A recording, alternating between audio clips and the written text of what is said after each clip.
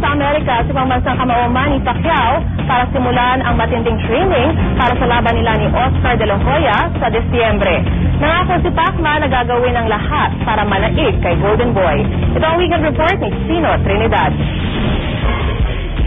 Kasama ang kanyang mga tatay-tatayan, nagpaalam ang pambansang kabaong si Manny Pacquiao sa kanyang mga kababayan bago lumipad patungong Amerika. Maghahanda na kasi siya sa kanyang laban kay Golden Boy Oscar De La Hoya. Isang malaking pagbabago sa labang ito ay ang pagiging lihado ni Pacquiao. Unang lumabas na 8-5 favorite ang mas malaking si Golden Boy, bagay na mukhang mas gusto ni Pacman. Pagka nagpakita ka ng kaba, advantage ng kalaban yun. At saka mas lalong kakabahan yung mga kababayan natin pag nagpakita ka ng kaba. Kailangan determinasyon at tapang. Ang dating chairman ng COMELEC na si Benjamin Abalos, na isa sa mga unang naniwala sa kakayanan ni Manny, ay naniniwalang sapat na ang talento ng ating pambansa kamao para daigin si Oscar. Manny is a multi-talented man. And with that kind of a talent, kayang-kaya niya.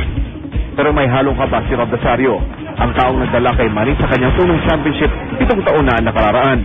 Medyo delikado. Una-una mataas, mahaba. At si De La Hoya meron din konting paa gumagalaw. Yun ang dapat pag-aralan ni Freddy Rhodes. Paano niya ma-upset yung taas at saka yung haba ni De La Hoya. Tatagot si Pacquiao ng hindi bababa sa $15 million para sa kanyang pagharap kay De La Hoya sa Disyembre 6. Pero sa gitna ng lahat ng kanyang kinita at kikitain pa, nananatiling gutom si Pacquiao. Yan ang passion ko boxing. Diyan ako nabubuhay sa boxing.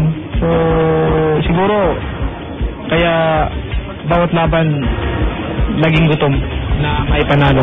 Ipinagdasal naman ang tinaguriang healing priest na si Father Fernando Suarez ang pamilya Pacquiao bago sila pansamantalang magkahiwalay habang naghahanda ang kanilang padre di pamilya sa kanyang pinakamabigat na laban.